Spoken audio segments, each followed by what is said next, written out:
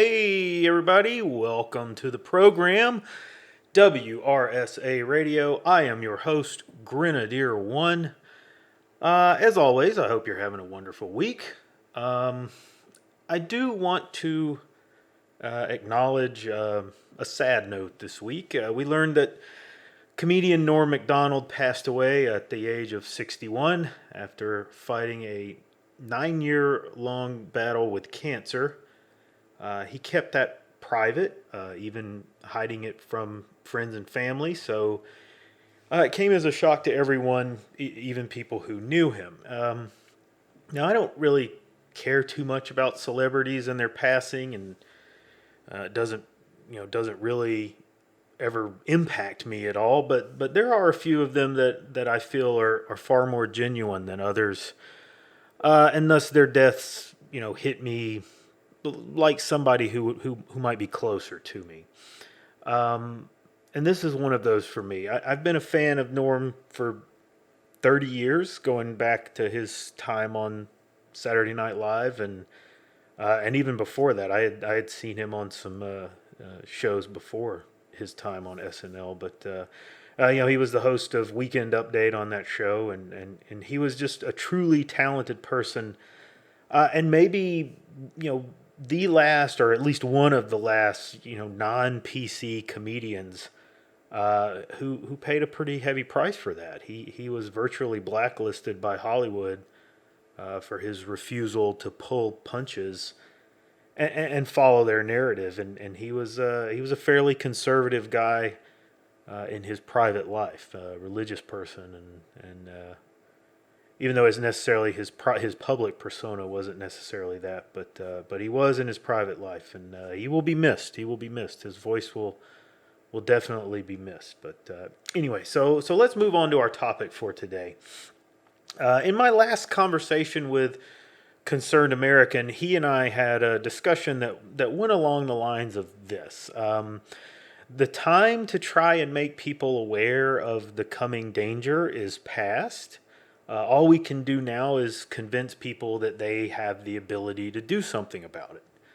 And this is kind of keeping in with the theme that the story is still going on, and we're building to that crisis that we talked about a few episodes back. I kind of went through that whole kind of book analogy, but in my circle of friends and family, and I think I'm fairly similar to most of you out there in that I'm plugged into this and aware of this, and I've been working for years to get people around me to recognize these things, and it has not always been easy, and I've yet to really get anyone to completely accept it and come on board fully. More of my circle, however, are acknowledging that I was right about this stuff, but they've not really come to all the conclusions that they need to yet. They haven't really fully digested it and seen where the logical ends go. And I'm still working on that, and hopefully we'll get some progress there. And I expect that you all are kind of in a similar situation out there. I don't think that I'm the only one that's that I'm at where I'm at. So where do we go now? If you're like me and you've tried to get your circle to train and prepare and become more capable, I expect it's worked to some degree on some of your people to some degree or another, but not all. So you have people who are in various stages of the process, and those who began years ago to see things as they were and began training and preparing are obviously much more advanced and in a better position than those who are just getting started. You could chastise them and turn them away and tell them, I told you so. But that really only accomplishes a couple of things. It gives you some pretty petty satisfaction, and it creates a lot of resentment in someone who very well could turn on you and rat you out to the empire when they come around looking. So don't take that route, please don't take that route. What do you do with them though? Because if they're smart, they're going to come to you if they haven't already done so. They're probably asking you already to help them, teach them, or even train them. And that may be a problem for you. Maybe you've never trained anyone how to do something like this. Maybe teaching someone is just not something you're very good at, or you think you're not very good at. I think you would probably be surprised. You'd surprise yourself and be much more capable than you realize if you gave it a go. But the problem is, where do you even begin? Where do you start, and how much information can you provide to someone in this short time that we have? This is the dilemma that we face. We're much closer to this thing than we realize, and our time is short. I don't know when it's going to happen. Until this year, I was always looking at things on a kind of a seasonal basis. I would expect potential kickoffs to take place in the summer for various reasons, and so generally when we would get through a summer, I would look to doing as much training and prepping as I could through that fall and winter and spring. And I'm not sure how accurate that assumption was, or if it's still. I know it doesn't really still hold true, but or maybe it was just a product of living in the South, where our summers are just downright miserable. And I was looking for what might cause people to snap, or what might cause people to lose their cool, so to speak. But regardless, that's how I've looked at things, and that's all changed with the COOF. I don't think we have that kind of timetable to plan around. This thing could happen at any time, or at any place, and so we're looking at training on borrowed time. And that means that whatever training or prepping that we're going to be doing here, you need to make the most of it and focus on critical information only, and just distill it down to just what people need to know at a minimum to get through that first contact, or that first few weeks, or however you want to phrase it, however you want to look at it, but just to get over that first hump.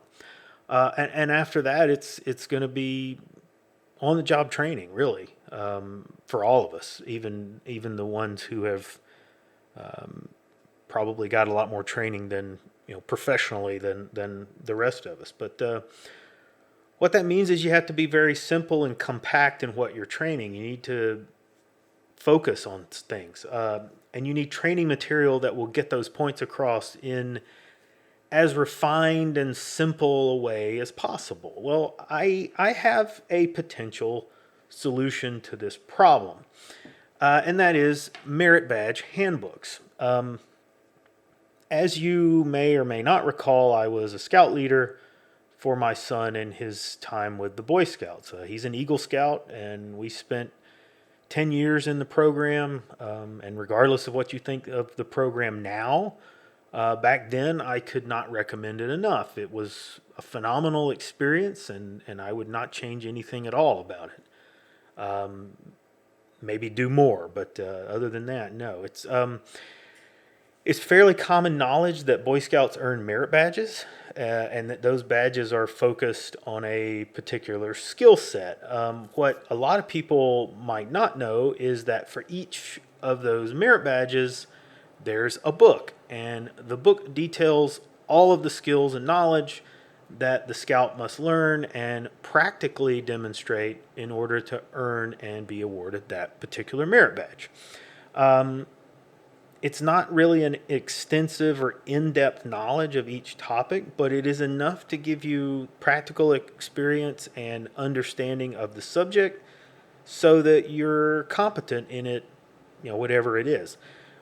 By and large, it's mostly a way to get the boys exposed to a lot of different things and get them interested in things that they might find, as a career, or as a hobby or something like that. It's just to broaden their horizons a bit, but you do learn a lot. So those merit badge books are a wealth of information that is condensed down into the practical aspects of the skills and what you need to know to be capable in that skill set. Like I said, it's just what you need to train your circle of friends. This is exactly the thing that you need. That's all fine and good, you might say, but oh, I don't know how to teach the info that's in those books. Well, you're in luck there, because another thing that most people who've not been involved with scouting tend to not understand is that scouting is not about adults teaching and leading every scout in the troop. What it is about is adults teaching and enabling the older scouts to teach and lead the younger scouts in the troop. In that way, the adults are there mostly to guide and keep the boys safe from hurting themselves. That's kind of how we always looked at it: is, just don't chop yourself into pieces or poke out someone's eye or something like that. And by and large, the boys do the heavy lifting. The leadership comes through the scouts themselves. They make decisions and they teach the younger scouts. Merit badges you'll tend to bring in an adult who is a subject matter expert to demonstrate everything and kind of go over all the basics, but it's still something that's led by the boys themselves. And as an adult leader, you have to teach the senior boys so they can pass that on. And so we're all given this method to do that that's called EDGE. Now, it's an acronym, EDGE. And it stands for E is explaining the task, D is demonstrating the steps of the task, G is guiding the scouts through the steps of the task, and E is enabling the scouts to do the task on their own. And every boy is expected to learn this method and is expected as part of their rank advancement to utilize it to teach another scout a skill. And they have to demonstrate to a scout leader that they have, that they can use this method in instructing and leading other scouts. So it's great. It's just a really, again, a nice condensed version of how to teach stuff. And you can use this method yourself to teach your circle of people on these skills. Now, I know you may be thinking, this sounds kind of silly, kind of childish. I don't know about this, but I assure you, this is a tried and true methodology and it works. And before you dismiss it, go back and think what I said. We're living on borrowed time here, and we can't afford to waste it trying to reinvent some new way of doing something. We have to just focus and get busy. So stop making excuses and get to work. All right.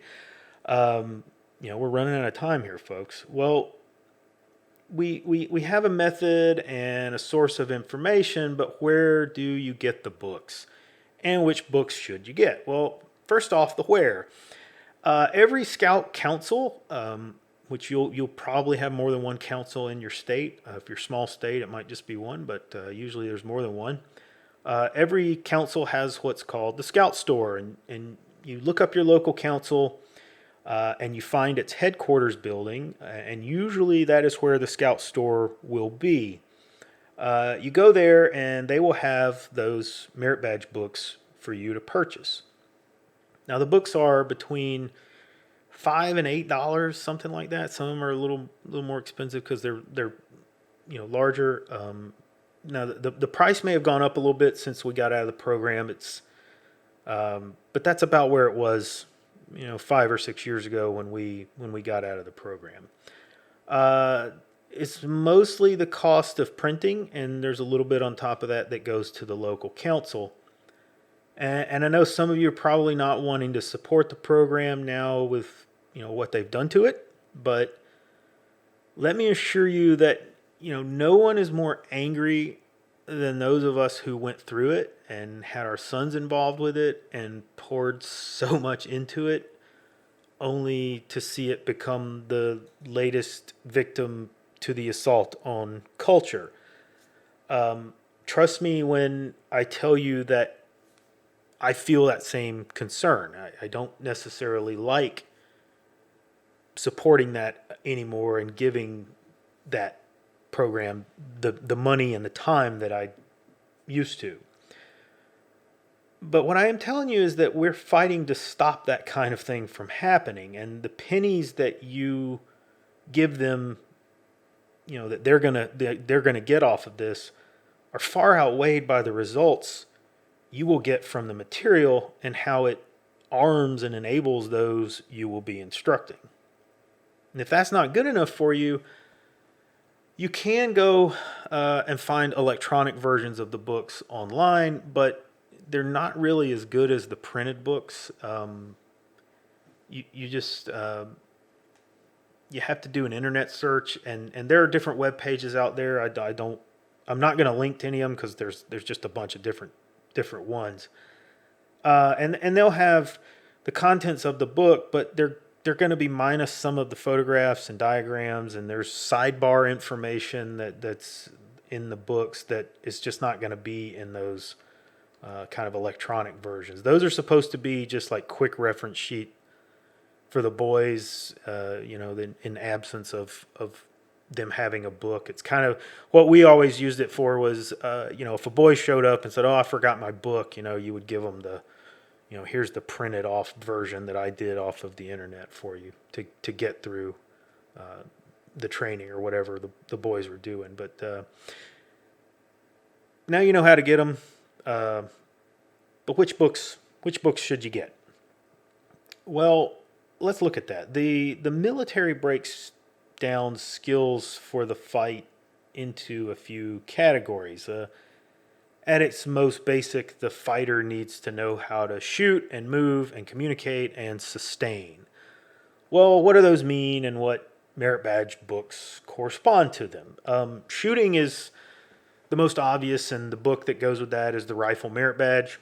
I ran the rifle program for my council for a number of years, and I saw how effective it can be. We would literally have hundreds of scouts come through the rifle range on a day when we did an open shoot, and I'm not exaggerating. I think the most we had when we ran a shoot at a big regional event was something like 300 and just over 300 scouts in a day.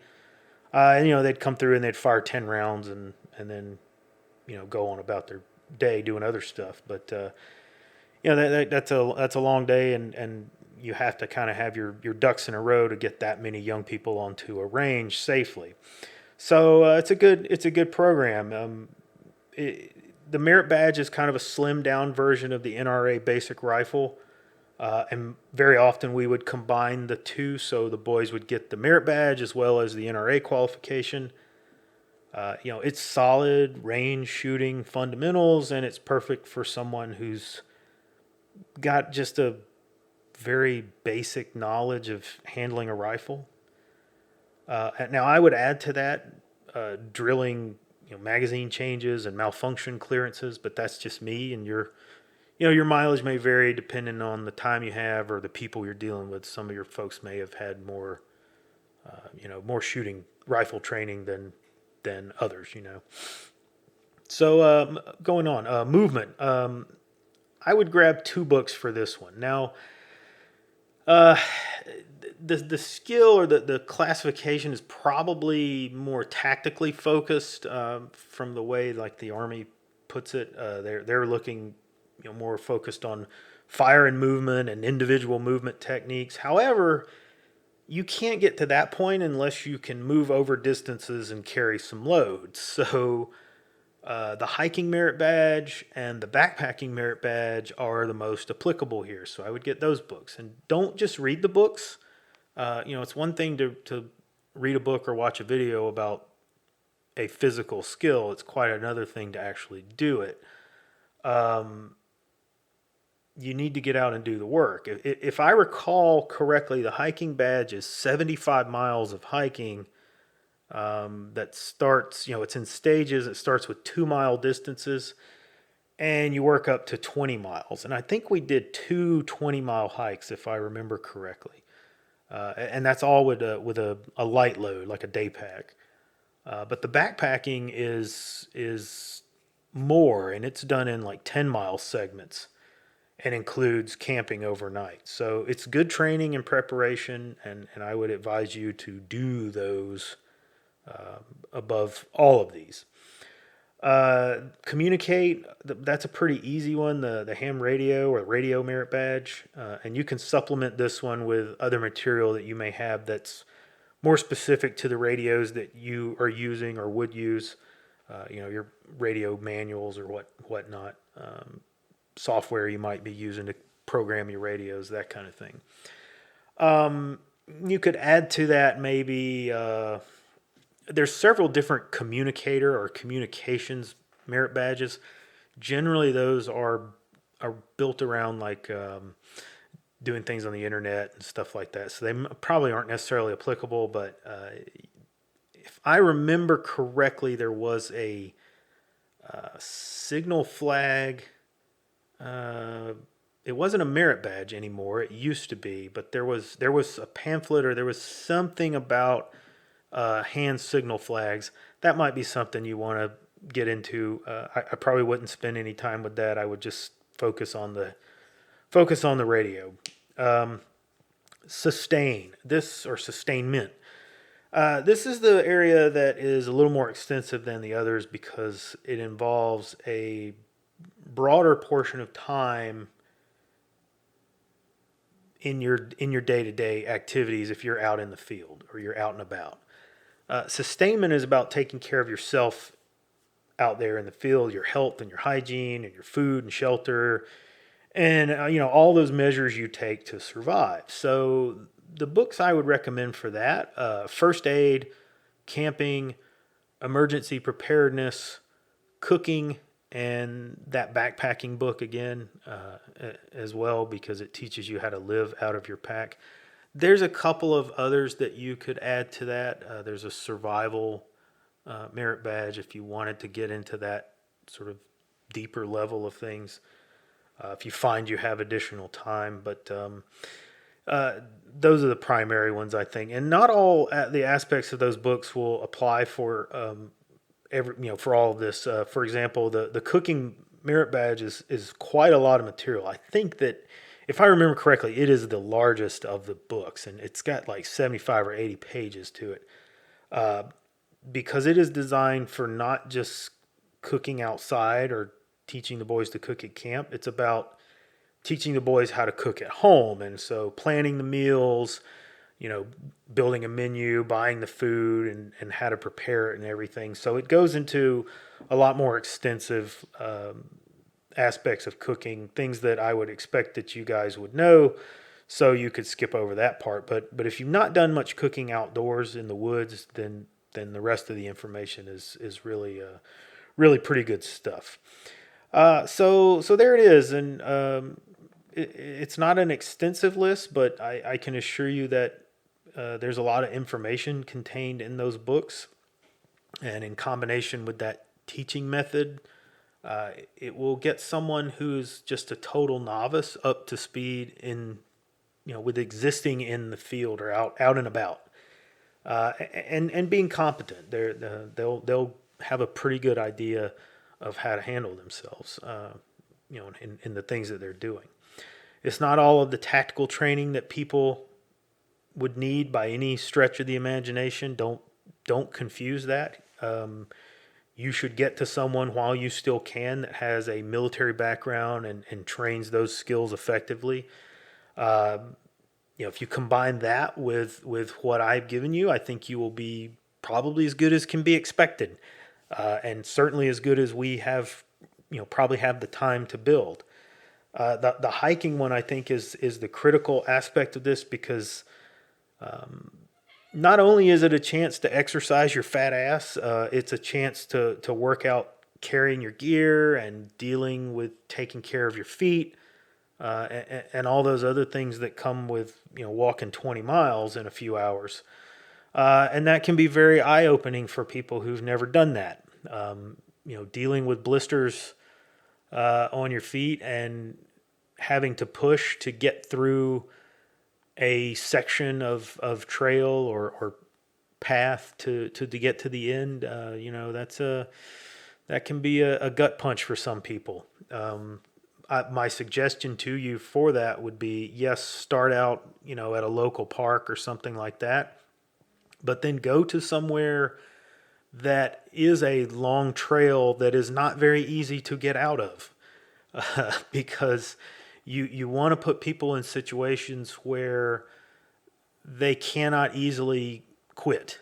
Um, we did our 20 milers on a what do they call it? Rails to trails place where they've converted an old railroad into a long hiking and biking trail, and it's paved and everything.